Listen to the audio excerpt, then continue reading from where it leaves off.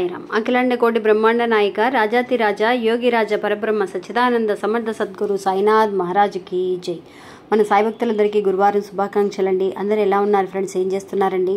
ఎప్పుడు కూడా అండి ప్రతి గురువారం నాడు ఎవరైతే ప్రార్థనలు పెడుతూ ఉన్నారో అంటే శ్రద్ధ సబూరి అనే మాటలతో వాళ్ళ పేరుని జోడించి ఎవరైతే ప్రార్థనలు పెడుతూ ఉన్నారో వాళ్ళందరి తరపున కూడా బాబా దగ్గర ప్రార్థన చేయడం అనేది జరుగుతుందండి. అలాగే ఈరోజు కూడా ప్రార్థన అనేది జరిగింది. నిజంగా అండి అందరికీ కూడా బాబా గారి ఆశీస్సులు ఈరోజు దొరికినట్టేనండి. నిజంగా మీరందరూ ఏదైతే కనుక కోరుకుంటున్నారో అది మీ కోరిక త్వరలోనే తీరాలి అని నేను బాబా దగ్గర మనస్ఫూర్తిగా కోరుకుంటున్నాను. ఇంకా ఈ గురువారం నాడు బాబా ఏమంటున్నారు అని అంటే, బిడ్డ ఇది గనక నువ్వు రాత్రి 12 గంటల లోపు అంటే ఈ గురువారం రాత్రి 12 గంటల లోపు ఇది కనుక నువ్వు చూడగలిగితే నీ కోరిక అనేది తీరినట్టే. నీకు ఏమాత్రం నా మీద ప్రేమాభిమానాలు ఉన్నా కూడా వెంటనే చూసి తెలుసుకో తల్లి అని చెప్పి బాబా ఒక మంచి సందేశాన్ని పంపిస్తున్నారండి. ఎందుకు బాబా ఇలా అంటున్నారు, ఏం చెప్పబోతున్నారనే విషయాన్ని ఈరోజు వీడియోలో పూర్తిగా తెలుసుకుందామండి. ఇంకా వీడియోలోకి వెళ్ళడానికి ముందుగా మన ఛానల్ని ఎవరైతే కనుక కొత్తగా చూస్తున్నారో వాళ్ళు ప్లీజ్ సబ్స్క్రైబ్ చేసుకోండి ఫ్రెండ్స్. మీకు వీడియో నచ్చితే కనుక ఒక చిన్న లైక్ చేసి సపోర్ట్ చేయండి. మీ ఫ్రెండ్స్ అందరికీ కూడా షేర్ చేయండి. సాధారణంగా అండి ప్రతి గురువారము కూడా బాబా ఏదో ఒక అద్భుతాలని మన జీవితంలో చేస్తూనే ఉన్నారండి. అలాగే ఈ గురువారం కూడా మీ అందరి జీవితాల్లో ఎన్నో రకాల అద్భుతాలు బాబా చేయబోతున్నారండి. మీ అందరూ కూడా అండి ఏ మాత్రము ఆలస్యం చేయకుండా ఈరోజు రాత్రి లోపు కనుక 12 గంటల లోపు ఈ వీడియోని కనుక మీరు చూడగలిగితే నిజంగా మీ కోరిక తీరుతుందండి. ఎందువల్ల అలా అంటున్నారు అనేది బాబా చెప్పబోయే ఒక చిన్న కథ ద్వారా తెలుసుకుందామండి. ఇది ఈరోజు పొద్దున మనకి బాబా గారి గుడి నుంచి వచ్చిన ఒక చిన్న క్లిప్ అండి. ఆ క్లిప్ని ఈ గురువారం నాడు మీకు అందరికీ కూడా నేను అందజేస్తున్నాను. ఎప్పుడు కూడా అండి మనం ప్రతి గురువారము ఆ గుడి నుంచి వచ్చే అభిషేకాలు కానీ నిజంగా పల్లకి ఉత్సవాలు కానీ మనం అప్లోడ్ చేస్తూ ఉన్నాము. అలాగే ఈరోజు సాయంత్రం వచ్చే పల్లకి ఉత్సవాన్ని కూడా నేను అప్లోడ్ చేస్తాను. అది కూడా చూడండి ఫ్రెండ్స్. ఇంకా వీడియోలోకి వెళదామండి. ఎప్పుడు కూడా అండి మనం ఆలోచించేది ఏంటి అని అంటే, ఇప్పుడు ఈ గురువారం ఈరోజు గురువారం వచ్చింది కదా, అంటే గురువారం అంటేనే మన జీవితంలో ఒక పండగలాగా. అలాంటి బాబా భక్తులందరికీ కూడా ఖచ్చితంగా ఏదో ఒక చిన్న అద్భుతాన్ని అయినా సరే బాబా చేయకుండా ఉండరండి. ఇంకా అలాంటి అద్భుతం ఏంటి అని అంటే కనుక ఖచ్చితంగా నీ కోరిక ఈరోజు తీరుతుంది అని. అంటే అండి మన కోరిక రాత్రిలోపు తీరాలని ఎంతో ఆశగా ఎదురు చూస్తూ ఉంటాం. ఇన్ని రోజులు వారం రోజుల నుంచి కూడా మనం ఎదురు చూస్తూ ఉంటాం, తీరలేదు. కనీసం ఈరోజు గురువారం బాబా భక్తులు ఎప్పుడు కూడా అండి గురువారం అంటే విశేషంగా భావిస్తారు కాబట్టి అలాంటి వాళ్ళు కనీసం ఈ గురువారం నాడు నా కోరిక తీరుతుంది అని చెప్పేసి ఎదురు చూస్తూ ఉంటాం. అలాంటి సమయంలో అండి ఒక భక్తురాలికండి నిజంగా బాబా తెలియజేసిన ఒక విషయం అండి. ఈ భక్తురాలండి నిజంగా చాలా వరకు బాబా అంటే ఇష్టం, బాబాని ప్రేమిస్తూ ఉంటుంది, బాబా అంటే ఎంతో ఇష్టంగా ఉంటుంది ఆవిడ. ఆ బాబా అంటే నిజంగా ప్రాణం అని కూడా చెప్పవచ్చు అనమాట. అలాగా బాబా చెప్పిన దారుల్లో అన్ని రకాలుగా ఆవిడ సహాయం చేయడం కానీ అన్ని రకాలుగా చేస్తూ ఉంటుందండి. కానీ ఆవిడ ఒక మైనస్ పాయింట్ అనేది ఉందండి. ఆవిడకి వాళ్ళ ఇంటి ఎదురుగుండా ఒక వికలాంగుల ఆశ్రమం అనేది ఉందండి. ఆ ఆశ్రమంలో అండి నిజంగా ఆ పిల్లలు ఎవరైనా సరే బయట కనిపిస్తే చాలండి చాలా చేదరించుకుంటుందన్నమాట. అంటే అంగ వికలాంగులు అని అంటే అండి నిజంగా చెవిటి వాళ్ళు, గుడ్డి వాళ్ళు, నిజంగా మనకి సరిగ్గా మాట్లాడడం రాని వాళ్ళు, అలాంటి వాళ్ళు, సరిగ్గా నడవలేని వాళ్ళు ఎంతోమంది ఉంటూ ఉంటారు కదా. అలాంటి ఒక ఆశ్రమం అండి. ఆ ఆశ్రమానికి చాలా పెద్ద పెద్ద గొప్ప వాళ్ళందరూ కూడా వస్తూ ఉంటారు. చాలా గొప్ప విరాళాలు ఇస్తూ ఉంటారండి.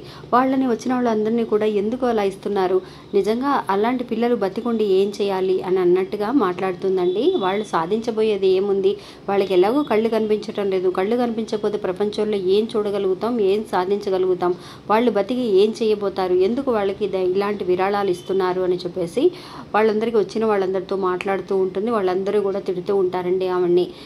అందరూ ఏదో పోయిన జన్మలో మన కర్మఫలాల వల్ల వాళ్ళు ఈ జన్మలో ఇలా పుట్టి ఉంటారు, అందువల్ల వాళ్ళని మనం ఎక్కిరించినట్టుగా కానీ ఎగతాళి చేసినట్టుగా మాట్లాడకూడదు. అలా చేస్తే కనుక మనం కూడా వచ్చే జన్మలో ఇలాగే పుడతామేమో అని చెప్పేసి అన్నట్టుగా ఆశ్రమంలో వాళ్ళు చెబుతూ ఉంటారండి. అయినా సరే అలాంటి పద్ధతి అనేది ఆవిడకి నచ్చదు. ఒకవేళ పిల్లలు ఎవరైనా కనిపించినా కూడా వాళ్ళని చీదరించుకుంటూ ఉంటుంది, వాళ్ళతో సరిగ్గా మాట్లాడకపోవడం అట్లా చేస్తూ ఉంటుందండి. ఒకరోజు ఏమవుతుంది అని అంటే ఈవిడ సాయంత్రం పూట బయటికి వెళుతుందండి. సాయంత్రం షాపింగ్కి వెళ్ళి అక్కడ షాపింగ్ చేసుకొని ఇంటికి వచ్చేసరికి రాత్రి ఒక 9-10 గంటల సమయం అనమాట. ఆ సమయం లేట్ అయిపోతుంది. ఆటో దొరకలేదండి ఆవిడకి. ఆటో దొరకపోయేసరికి వెయిట్ చేస్తూ ఉంటుందన్నమాట. అక్కడ వెయిట్ చేసి ఆ తర్వాత ఎప్పటికో ఆటో వస్తుంది. ఆటో ఎక్కిన తర్వాత సరే ఆటో వాడితో మాట్లాడుకుంటుంది, ఇంటికి తీసుకువెళ్ళాలి అని చెప్పేసి. ఆటో వాడు ఏం చేస్తాడంటే ఈవిని మోసం చేయాలని చూస్తూ ఉంటాడు. ఆవిడ దగ్గర వస్తువులన్నీ కూడా లాగేసుకొని వాడిని మోసం చేయాలని చూస్తూ ఉంటాడనమాట. ఇలాగా మోసం చేయాలని చూస్తూ ఆమె చెప్పిన దారి కాకుండా వేరే దారికి తీసుకువెళ్ళిపోతాడండి ఆటోవాడు. తీసుకువెళుతూ ఉండగా అక్కడ ఒక చోట ఆపుతాడనమాట ఈ ఆటోని. ఆటో ఆపినప్పుడు అటు సైడ్ నుంచి అండి ఈ వికలాంగులు ఎవరైతే ఉన్నారో, కళ్ళు కనిపించని వాళ్ళు ఎవరైతే ఉన్నారో ఆ పిల్లలండి, 3 పిల్లలు లాంతర్లు పట్టుకొని చేత్తో అటువైపు నుంచి రావడం అనేది ఆ ఆటోవాడు గమనిస్తాడండి. కానీ ఆ ఆటోవాడికి తెలియదు వాళ్ళకి కళ్ళు కనిపించవు అని.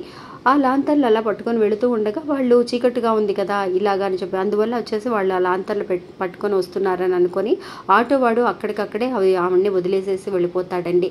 నిజంగా వాళ్ళు కనుక అక్కడికి రాకపోతే ఆమెని కాపాడడం అనేది చాలా కష్టం. అప్పుడు ఆ పిల్లల్ని చూసిన తర్వాత ఆవిడ అనుకుంటుంది, నేనేదో పోయిన జన్మలో చేసిన పుణ్యం వల్ల ఇప్పుడు నన్ను బాబానే కాపాడారు అని అనుకుంటుందండి. కానీ వీళ్ళ వల్ల బాబానే వీళ్ళ రూపంలో వచ్చి కాపాడారు అనేది తను తెలుసుకోలేకపోతుందనమాట. సరే అని చెప్పేసి ఆ పిల్లల్ని చూసి వెళ్ళిపోయిన ఆటోవాడు తర్వాత ఒకరోజు కనిపించి ఆమెతో మళ్ళీ ఇంకొక రోజు కనిపిస్తాడండి ఆమె దగ్గరికి వచ్చి. అప్పుడు చెప్తాడనమాట, ఇలాగా అమ్మ ఆ రోజు మిమ్మల్ని ఇలాగ దారి తప్పించి మీ దగ్గర ఉన్న నగలు డబ్బులు దొంగిలించాలని ప్రయత్నించానమ్మా. నిజంగా వాళ్ళు గనక అలా ఆ వికలాంగులు ఆ రోజు గనక రాకపోతే, వాళ్ళు వికలాంగులని నాకు తెలీదు. నేను నిన్న ఒక ఆశ్రమానికి వెళ్ళాను, అక్కడ ఆ పిల్లల్ని చూశానమాట. అప్పుడు వాళ్ళకి కళ్ళైతే కనిపించవు, కానీ మీరంటే వాళ్ళకి చాలా అభిమానం. ఎందువల్లంటే మీరు బాబా భక్తులని ఎదురుగుండా ఇంట్లో ఉన్నా కూడా మీరు వాళ్ళని ద్వేషిస్తున్నారే కానీ వాళ్ళు ఏమాత్రం మిమ్మల్ని ద్వేషించలేదు.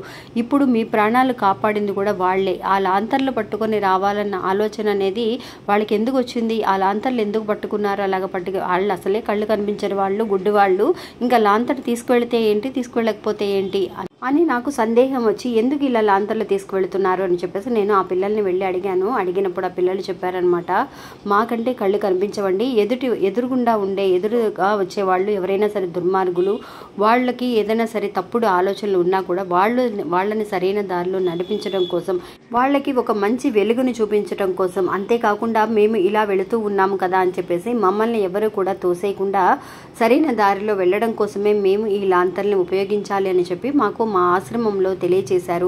ఎప్పుడు కూడా ఎదుటి వాళ్ళు మమ్మల్ని ఏదో కష్టపడుతున్నారులే అని చెప్పేసి కొంచెం ఇదిగా వచ్చేసి చూస్తూ ఉన్నారనుకోండి, అయ్యో పాపం అని చెప్పేసి ఎవరన్నా అంటే మాకు ఇష్టం ఉండదండి. అందువల్ల మేము ఎప్పుడు కూడా బోల్డ్గా కనిపించాలి అనేది మా ఆశ్రమంలో మా గురువు గారు మాకు నేర్పించింది.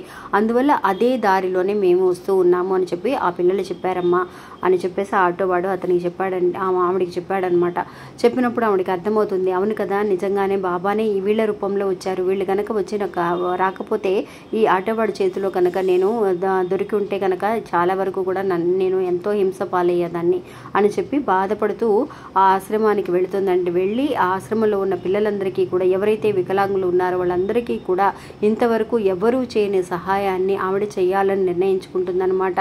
వీళ్ళల్లో కూడా మంచి అభిప్రాయాలు ఉంటాయి. వీళ్ళు కూడా దేశానికి ఆవిడ అనుకునేదండి, ఇలాంటి వాళ్ళు దేశానికి ఏం ఉద్ధరించబోతారు, వీళ్ళ వల్ల దేశం ఏం ప్రయోజనం ఉంటుంది అని అనుకున్న ఆవిడ నిజంగా వీళ్ళు కూడా దేశానికి అవసరమే అని చెప్పి నిర్ణయించుకొని ఆ ఆశ్రమానికి ఎంతో సహాయం చేస్తుందండి.